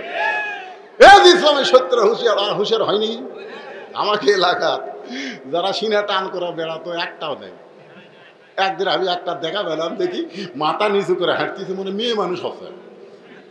গেলাম ক্যারে ভাই খবর কি? হুজুর গোপনে ছিলাম, বার হয়েছি, আবার চলে যাবো। আর কথা নাই ভাই, দূরে হয়ে গেছে রে, মুখ একেবারে মুখ ইয়ের মধ্যে ঢুকে দিছে। এরা হুঁশিয়ার সাবধান ঠিকই আছে, জোরে কার কথা ঠিক কিনা, কিন্তু আমরা ঠিক হতে কিনা সেটা দেখেন। আল্লাহর বান্দার একটু খেয়াল করেন। রাসূল বললেন ঠিক আছে, তোমার মাথার দিকে খেয়াল করে তোমাকে আমি জিহাদের ময়দানে গ্রহণ করে নিলাম। 312 জন হচ্ছে। জোরে কোন কয়জন? মুআব্বিস বলে ভাইজান কি আল্লাহ রাসূল আপনাকে জিহাদের ময়দানে যাওয়ার সুযোগ করে দিল, কিন্তু 2 ভাই আমরা কি নিয়ত করে বের হয়েছি, আপনি গেলে হবে না, আমিও সঙ্গে যাবার চাই। বড় ভাই বলতেছে তুই ছোট, তুই কি মাপে হবার পারবি? আমি মাপে হয়েছি বুড়ো আঙ্গুলে ভর দিয়া, আর তুই আমার চাইতে 4 আঙ্গুল ছোট, তুই কেমনে হবি? দৌড়ে গিয়ে রাসূলের সামনে দাঁড়ায় বলে হুজুর আমার ভাই মাপে হওয়ার পারে, কিন্তু শক্তিতে আমার সাথে পারে না। বহুদিন কুস্তি করেছি, কোনদিন কুস্তি করতে গিয়ে আমার বড় ভাই আমাকে নিচে ফেলাতে পারে নাই, আর শরীর লম্বা কিন্তু গাওত বল নাই। হুজুর আপনি আমাকেও জিহাদের ময়দানে যাওয়ার অনুমতি দেন। আল্লাহ রাসূল চোখের পানি বের করে বলে, তুমি ছোট ভাই হয়ে বড় ভাইয়ের সঙ্গে কুস্তিতে পারবে? বলে, বিশ্বাস যদি না হয় তাহলে আপনি আমাদের লাগায় দেন। এবার মুয়াজকে বলে, রে মুয়াজ, তোমার মুয়াব্বিদ ভাই তোমার সঙ্গে কুস্তি করতে চাই। বলে, হুজুর আমার সঙ্গে যাবে, কিন্তু এই বেটাকে আমার সাথে পারবে নাকি? এখন দুই ভাই কুস্তি করতেছে। ছোট ভাই বড় ভাইয়ের কানে কানে বলতেছে, ভাই যান, আল্লাহ রাসূল তোমাকে মাফে অনুমতি দিয়েছে, এখন তুমি নিচে পড়ে গেলে আর তোমার কোনো সমস্যা নাই। ভাই, কাফের বেঈমান যদি প্রথম দিক থেকে পূর্ব দিক থেকে নবীকে লক্ষ্য করে তীর মারে, তুমি না হয় নবীর সামনে গিয়া ঢাল হয়ে দাঁড়ায় যাবে, কিন্তু পেছন দিক থেকে কেউ যদি তরবারি মারে, বলো সেই দিকে কে দাঁড়াবে? তুমি নবীর ডানে থাকবা, আমি নবীর মায়ের বামে থাকবো। আল্লাহর নবী দুনিয়াতে থাকবে, আর দুনিয়ার কোনো কাফের নবীর গায়ে তীর মারবে, তরবারি মারবে, আমরা দুই ভাই এটা কখনোই হতে দিব না। নবী তোমাকে মাফে জিহাদের ময়দানে যাওয়ার হুকুম দিছে। ভাই একটু দুর্বল হয়ে নিছে পড়, আমিও জিহাদের ময়দানে যাবার চাই। বড় ভাই দুর্বল হয়ে যখন পড়ে গেছে, এমন সময় আল্লাহ রাসূল বললেন, ওঠো, তোমাকেও জিহাদের ময়দানে যাওয়ার হুকুম দেওয়া হলো। 313 জন সাহাবী নিয়ে নবী বদরের প্রান্তরে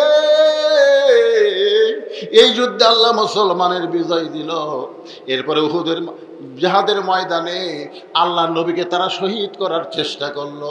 আবু জেহেলের বেটা ইকরামার নেতৃত্বে উহুদের ময়দানে যুদ্ধ হলো। প্রথম দিকে মুসলমান বিজয় লাভ করেছিল, কিন্তু আমি নিজের চোখে দেখলাম যে দুইটা পাহাড়ের মাঝখানে নবী 80 জন সাহাবীকে বলেছিল, কোনো অবস্থাতেই তোমরা জায়গা ছাড়বা না। ওই জায়গাটা আমি নিজের চোখে দেখলাম। এখানে 80 জন মুসলমান যদি দাঁড়ায় থাকে সজাগ হইয়া, দুনিয়ার কোনো কাফের বেঈমান মুসলমানদেরকে আক্রমণ করতে পারবে না। কিন্তু কাফেররা ঠইকা গিয়ে ওদের সম্পদগুলো সব ফেলে দিয়ে যখন চলে গেছে, এমন সময় আমিরের কথা ভুলে গিয়া, নেতার কথা ভুলে গিয়া, এই দুনিয়ার সম্পদ গনিমতের মাল খেয়াল করে যখন কুড়াতে যায়, এমন সময় খালিদ বিন ওয়ালিদের নেতৃত্বে একদল কাফের ওই দিক দিয়ে ঢুকে মুসলমানের একটা প্রথম পরাজয়। এই জিহাদের ময়দান হলো উহুদের ময়দান। ওখানে 70 জন মুসলমান শহীদ হয়ে গেছে। তার মধ্যে নবীর চাচা আমির হামজাও ছিল।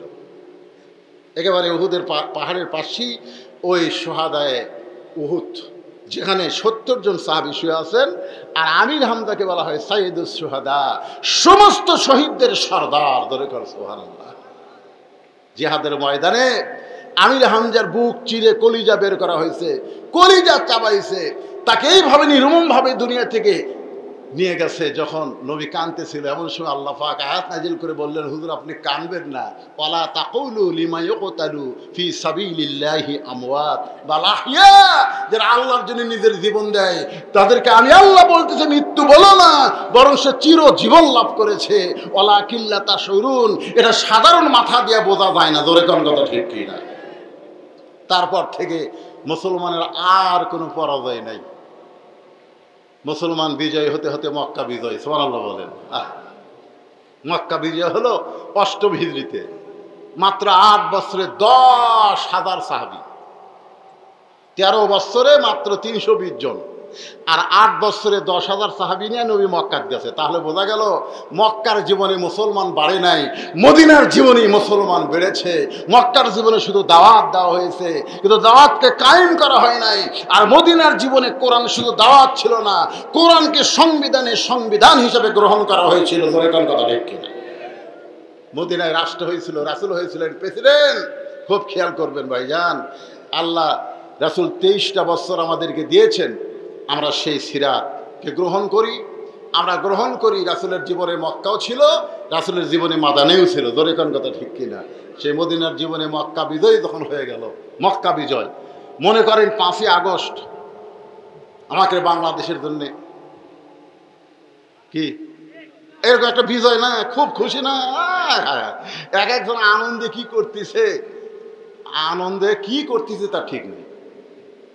আল্লাহ তাআলা সূরা নসর নাজিল করলেন যে বিজয় পাওয়ার পরে বিজয় ধরে রাখা কিন্তু খুব কঠিন।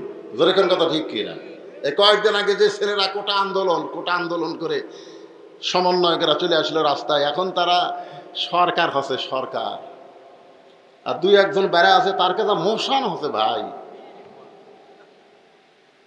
এমন ভাবে হাঁটতেছে 2 দিনকার ছড়া হয়ে বড় বড় বয়স্ক নেতাদের বিরুদ্ধে কথা বলতেছে। জনগণের কথা ঠিক কেনে? আরে শালারা 3 দিনের 3 পোয়া হয়ে গেছে 250। চিন্তা করে দেখেন ও কি কয় তার ঠিক নেই।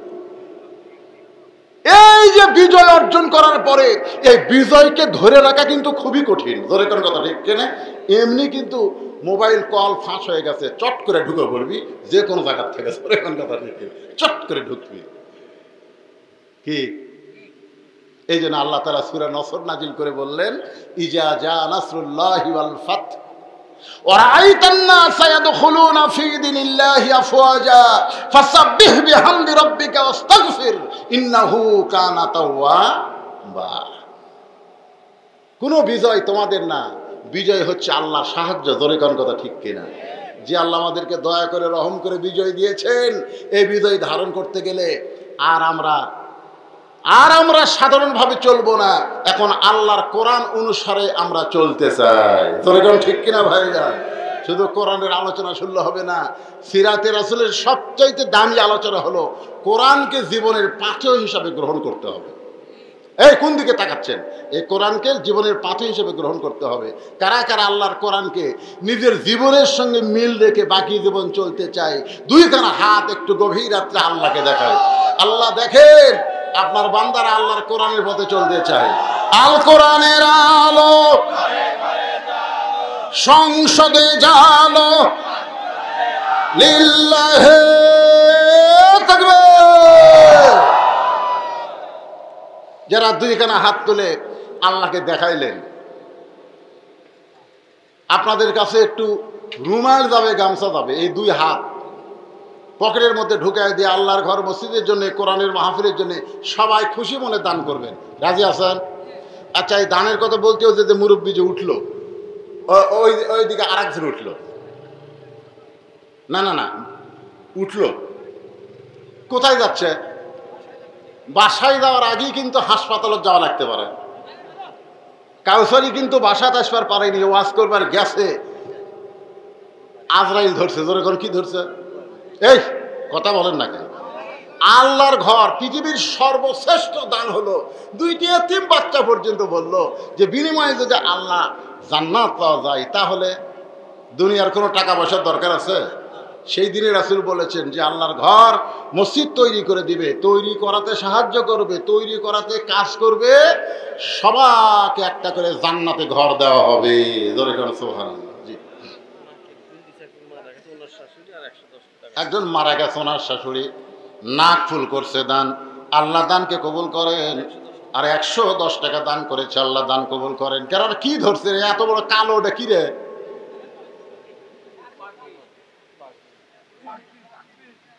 এই ব্যাগ নাই, ব্যাগ ট্যাগ নাই। আর একজনের দিক থেকে ওঠেন তো, ওটা ডবল করে নাও বাদাল, ওইরকম একটা ধরার সাইজ হলো ওটা। এই দিক থেকে একজন দাঁড়াতে ওঠেন। অনেক গরম, বুঝুন না, রাত অনেক হয়ে যাচ্ছে, 12টা পার হয়ে গেছে।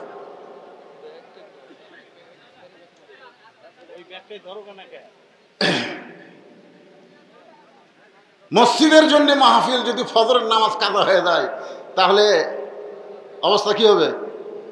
এই জন্যে খুব খেয়াল, ওয়াজ করতে গিয়েও বক্তাদের খেয়াল করা লাগবে, বেশি রাত করা যাবে না। আর বাড়ির যে ঘুমাবো আসসালাতু খায়রুম মিনান নাওম শোনার সঙ্গে সঙ্গে চেতন পায়া ফজরের 2 রাকাত ফরজ নামাজ আমরা মসজিদে জামাতের সঙ্গে আদায় করবো। যেরকম ঠিক কি না? নামাজ কায়েম হয়েছে মদিনার জীবনে, রাসূল কায়েম করেছেন। বাংলাদেশে আমাদের নামাজ কায়েম হয়নি, যার কারণে আজকে কেউ নামাজ পড়ি, একই বাড়ির বাপ নামাজ পড়বার আসে, ছেলে নামাজ পড়তে আসে না, দাদা নামাজ পড়ে, নাতি নামাজ পড়ে না। আল্লাহ কোরআনে বলেছে আল্লাযীনা মাক্কান্নাহুম ফিল আরদ, মুসলমানের মধ্যে কাউকে যখন প্রধানমন্ত্রী করা হবে, প্রেসিডেন্ট করা হবে, তার 1 নম্বর দায়িত্ব হলো পদ্মা সেতু নির্মাণ করা, ফ্লাইওভার রাস্তা করা, বাল্য বিয়া বন্ধ করা, মাদক মুক্ত সমাজ করা, এগুলো একটাও 1 নম্বর কাজ না। কাজ হতে পারে, তবে 1 নম্বর না। 1 নম্বর কাজ হচ্ছে আকামুস সালাত, নামাজ কায়েম করা। জোরে কোন কথা ঠিক কি না? আজকে সমাজের মধ্যে যদি নামাজ কায়েম থাকতো, কোনো 5 ওয়াক্ত নামাজি মহিলা কোনোদিন বেপরদা হবে না। 5 ওয়াক্ত নামাজ পড়া যুবক কোনোদিন আর্জেন্টিনা ব্রাজিলের সাপোর্টার হবে না। জোরে কোন কথা ঠিক কি না? 5 ওয়াক্ত যারা নামাজ পড়বে, আল্লাহ কোরআনে বলেছেন ইন্নাস সালাতা তানহা আনিল ফাহশাই ওয়াল মুনকার, একমাত্র নামাজই পারে মানুষকে যাবতীয় খারাপি থেকে বাঁচায় দিতে। আপনাদের মধ্যে কেউ যদি এরকম 5,000 10,000 টাকা দেওয়া লোক থাকেন যে হুজুর আমরা আগে দেইনি এখন দিব, তাহলে আপনারা দিতে পারবেন। আর আমি সকলের কাছে চাইছি, সবাই যেটা দিচ্ছেন স্টেজের উপরে এসে আপনারা জমা দিয়ে যাবেন। যিনি যা পারছেন আল্লাহর হস্তে, আল্লাহর ঘর মসজিদে দান করেছেন। মসজিদ এটা হলো গ্রাম কেন্দ্রিক, এলাকা কেন্দ্রিক। যেরকম ঠিক কিনা, প্রত্যেকটা গ্রামে একটা করে মসজিদ আছে না নাই? তো এই মসজিদ তৈরি করা, এটা বাহিরের টাকা দেওয়া হবে না। বাহিরের লোক যারা ওয়াজ শুনতে আসবে তাদের টাকা দিয়ে মসজিদের চট কেনা যাবে, চট। কিন্তু মসজিদ নির্মাণ করতে গেলে এই গ্রামের লোককে বড় ভূমিকা পালন করা লাগবে। যেরকম ঠিক কিনা, এই গ্রামের লোক যারা, তো আপনাদের মসজিদ তো মাশাআল্লাহ হয়ে গেছে। যেগুলো কাজ বাকি আছে, আপনারা গ্রামের যারা বড় বড় চাকরিজীবী আছে, ধনী আছে, আপনারা ভালো জানেন। আপনারা মসজিদের ব্যাপারে তাদেরকে জোর করে ধরবেন, আমাদের মসজিদের এই কাম করা লাগবে। যেরকম সভাপতি সাহেব আছেন, আপনার ধরবেন যে সভাপতি সাহেব, আপনি মাহফিলের সভাপতি, মসজিদের সভাপতি, মসজিদের এই কাজগুলো আপনার করে দেওয়া লাগবে। আর এই ভাইকে ধরবেন, ভাই সামনে ইলেকশনে যাবেন নাকি, তাহলে কিছু দিয়ে সাইজ করে গোপনে দেবেন। মাশাআল্লাহ, প্রকাশ্যে দানের সাথে গোপনের দান কিন্তু ছোট হয় না, বড় হয়। পৃথিবীতে যত বড় বড় জিনিস তৈরি হয়েছে, এগুলো প্রকাশ্যে দানের দ্বারা হয়নি, গোপনের দানের হয়েছে। যেরকম ঠিক কিনা? 500 টাকা, 500 টাকার লেখা তো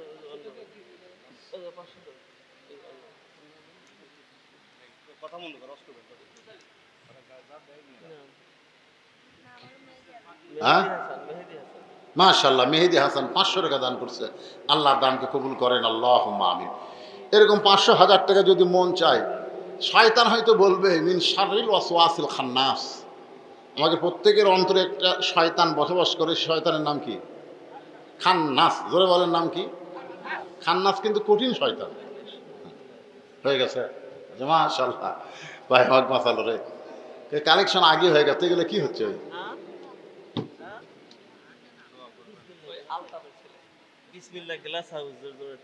বিসমিল্লাহ গ্লাস হাউস 500 টাকা দান করছে। দোয়া চাইছে আল্লাহ ব্যবসার মধ্যে বরকত দিক, দুনিয়ার শান্তি দিক, আখিরাতে মুক্তি দিক। জোরে কোন আমিন। ভাই কইছে আদায় হয়ে গেছে। যাই হোক, গামছার আদায়, টেবিলে যা আদায় হলো, আল্লাহ সমস্ত আদায়কে জান্নাতের বিনিময় হিসেবে কবুল করেন। জোরে কোন আমিন। আল্লাহ রাসূল যখন দুনিয়া থেকে বিদায় নেবেন, আখেরি সাহার সম্বাদাকে বলি আমরা, যেদিন দুনিয়া থেকে নবী বিদায় নেবেন, তার আগে অসুস্থ হলেন। এই অসুস্থ অবস্থায় আল্লাহ রাসূল মায়েশার কোলে মাথা রাখলেন। কিছুক্ষণ পরে নামাজ শুরু হবে, কিন্তু নবী এত দুর্বল হয়ে গেলেন। নবী বললেন, আমার জায়গায় আমার আবু বকর ইমামতি করবে। এ বলে মায়েশার কোলে নবী মাথা রেখে তাকায় দেখতেছেন, আবু বকরের ইমামতিতে সাহাবীরা নামাজের নিয়ত করলেন। নবী তাকায় দেখে প্রত্যেকটা সাহাবী কাতারবদ্ধ হয়ে দাঁড়িয়ে গেছে।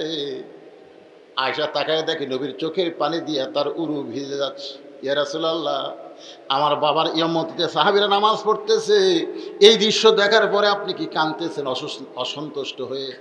রাসূল বলে, আয়েশা, আজকে আমার জীবনের সবচাইতে শান্তির দিন। এই নামাজ কায়েমের জন্য আমি অনেক কষ্ট করেছি। আজকে শেষ মুহূর্তে দেখতেছি মুসলমানেরা জামাতবদ্ধ হয়ে নামাজ আদায় করতেছেন। এই জন্য ভাইজান, নবীর সিরাতের মধ্যে অত্যন্ত গুরুত্বপূর্ণ বিষয় হলো, নামাজ শুধু পড়লে হবে না, নামাজকে কায়েম করা লাগবে। জোরে কোন কথা ঠিক কি না? আর নামাজ কায়েম করতে গেলে যাকে তাকে সংসদ পাঠালে হবে না, দেখে শুনে পাঠান লাগবে। দেখে শুনে, জোরে কোন কি শুনে? দেখে শুনে পাঠান লাগবে। যে লোকটা নিজেই নামাজ পড়ে না, তার কাছে ভালো জিনিস আশা করতে পারবেন না। পারবেন? যে নিজে নামাজ পড়ে না, তার কাছে ভালো কিছু আশা করা যায় না। আপনারা ইউনিয়ন পরিষদের ওই মেম্বার থেকে শুরু করে দেখবেন যারা নেতৃত্বে আসতে চায় তাদের নামাজটা ঠিক মতো আছে কিনা। এটা কিন্তু নবীর সিরাতের 1 নম্বর একটা বিষয়। ধরে গেল সুবহানাল্লাহ, নামাজ নাই তার কিচ্ছু নেই। লা সালাতা লা ঈমানা, যার নামাজ নাই তার ঈমানই। আমার এলাকায় ভোটের আগে এক চেয়ারম্যান সাহেব আসরের নামাজে 4 বার পড়ছে। চামচা কয় নেতা নামাজ এত কেন? যেখানে জনগণ সেখানেই নামাজ। ভোটের আগে নামাজ পড়ে, ভোট দিলে আর পড়ে না। এই নেতাগরক আমরা চিনি, জোরে কোন কথা ঠিক কিনা। ওরা যেন চেয়ার না পায়। চেয়ারের একটা বিশেষ গুরুত্ব আছে ভাই। এই জন্য গুরুত্বপূর্ণ মানুষকে আপনার গুরুত্ব জায়গায় দিবেন ইনশাআল্লাহ। আল্লাহ রাসূলের সিরাতকে বাস্তবে শুধু ওয়াজে শুনবো না, আমাদের জীবনে আল্লাহ আমল করার তৌফিক দান করুক। সকলেই বলে আল্লাহুম্মা আমিন। ইস্তিগফার করে আস্তাগফিরুল্লাহাল্লাযী লা ইলাহা ইল্লা হুয়াল হাইয়ুল কাইয়্যুম ওয়া আতুবু ইলাইহি। আল্লাহুম্মা সাল্লি আলা মুহাম্মাদ, আল্লাহুম্মা বারিক আলা মুহাম্মাদ, اللهم صل على محمد وعلى آل محمد كما صليت على إبراهيم وعلى آل إبراهيم إنك حميد مجيد. اللهم بارك على محمد وعلى آل محمد كما باركت على إبراهيم وعلى آل إبراهيم إنك حميد مجيد. اللهم آمين. اللهم أنت السلام ومنك السلام تباركت يا ذا الجلال والإكرام. আল্লাহ, কঠিন গরমের ভিতরে আমার শরীরে বাতাস দেওয়া হচ্ছে কারেন্ট যাওয়ার পরে। জেনারেটর শুরু করতে কিছু সময় দেরি হলো। ওই সময় বুঝলাম তোমার বান্দারা কত কষ্ট করে গরমের মধ্যে বসে আছে। আল্লাহ আল্লাহ, তোমার কোরআন শুনতে গিয়া, নবীর মিলাদ সিরাতের আলোচনা শুনতে গিয়া যাদের শরীর আজকের জান্নাতের বাগানে ঘেমে গেছে গরমে, ওই ঘামওয়ালা শরীরের জন্য তুমি জাহান্নামের আগুন হারাম করে দাও। আল্লাহ, যারা কষ্ট করে মেহনত করে আজকে সিরাতুন নবী মাহফিল আয়োজন যারা করেছে, আল্লাহ মেহেরবানি করে তাদের আয়োজনকে জান্নাতের বিনিময়ে কবুল করে নাও। আল্লাহ আল্লাহ, তোমার ঘর মসজিদকে মহব্বত করে নগদে বাকিতে যারা দান করেছে, আল্লাহ সব দানগুলো জান্নাতের বিনিময়ে কবুল করো। আজকের মাহফিলের সম্মানিত সভাপতিকে আল্লাহ তুমি কবুল করো। আজকের মাহফিলের প্রধান অতিথিকে কবুল করো। মসজিদ কমিটির সেক্রেটারি, মসজিদ কমিটির কেশিয়ার সদস্য যারা, ইমাম মুয়াজ্জিন মুসল্লি খতিব, আল্লাহ সকলকে তুমি কবুল করে নাও। আয় আল্লাহ তাআলা, পর্দার অন্তরাল আমার মা বোনেরা আবিদা সালিহা পদ্মাংশী কবুল করে মা ফাতেমার চরিত্র দান করো। আমাদের মধ্যে আমরা যারা অসুস্থ আছে, আল্লাহ সুস্থতার নিয়ামত দান করে দাও। আল্লাহ, কে কোন নিয়ত করে হাত তুলেছে, আল্লাহ সকলের নেক নিয়ত নেক আশাকে তুমি কবুল করো। আল্লাহ গো, আমি গুনাহগার বলে দোয়া ফিরাইয়া দিও না। আমাদের মধ্যে জনম দুঃখিনী মা যাদের কবরে চলে গেছে, আল্লাহ দরদের বাবা যাদের দুনিয়া থেকে বিদায় নিয়েছে, রব্বির হামহুমা কামা রব্বায়ানি সগীরা। আল্লাহ, বাপ মার কবরকে জান্নাতের টুকরা বানায়া দাও। নিজের জন্য একটু আল্লাহকে বলেন, এই 2 হাত দিয়ে কত কবরে আমরা মাটি দিয়েছি, এই 2 হাত দিয়ে কত লাশ অন্ধকার কবরে নামায় দিছি। একদিন আমরা সবাই মরে যাব। আল্লাহ, মৃত্যুর দিনটা যেন জুমার দিন হয়, মাসটা যেন রমজান মাস হয়। ইমানের সাথে ইজ্জতের সাথে মুসলমান হইয়া এ দুনিয়া থেকে যেন বিদায় নিতে পারি। আল্লাহ কবুল করে। মৃত্যুর সময় আমাদের সকলের জবানে জারি করে দিবেন, লা ইলাহা ইল্লাল্লাহু মুহাম্মাদুর রাসূলুল্লাহ সাল্লাল্লাহু আলাইহি ওয়াসাল্লাম। আসসালামু আলাইকুম ওয়া রাহমাতুল্লাহি ওয়া বারাকাতুহু।